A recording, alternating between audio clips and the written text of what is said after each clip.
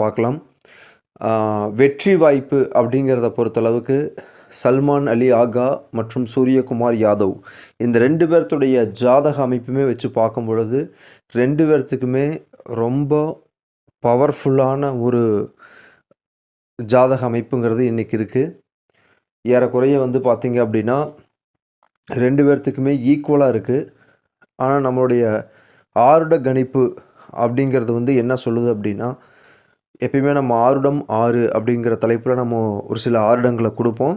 அது ஏறக்குறைய நமக்கு அது பர்ஃபெக்டாக மேட்ச் ஆகி வந்திருக்கு.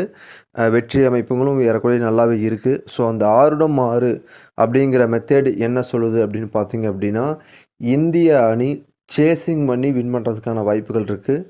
ரொம்ப க்ளோஸ் டு த மேட்ச் அப்படிங்கிற மாதிரி போகிறதுக்கான வாய்ப்புகள் இருக்குது அப்படின்னு சொல்லுது. அதே மாதிரி 3வது ஆருடம் என்ன அப்படின்னு பார்த்தீங்க அப்படின்னா, ஏறக்குறைய டார்கெட் வந்து 180+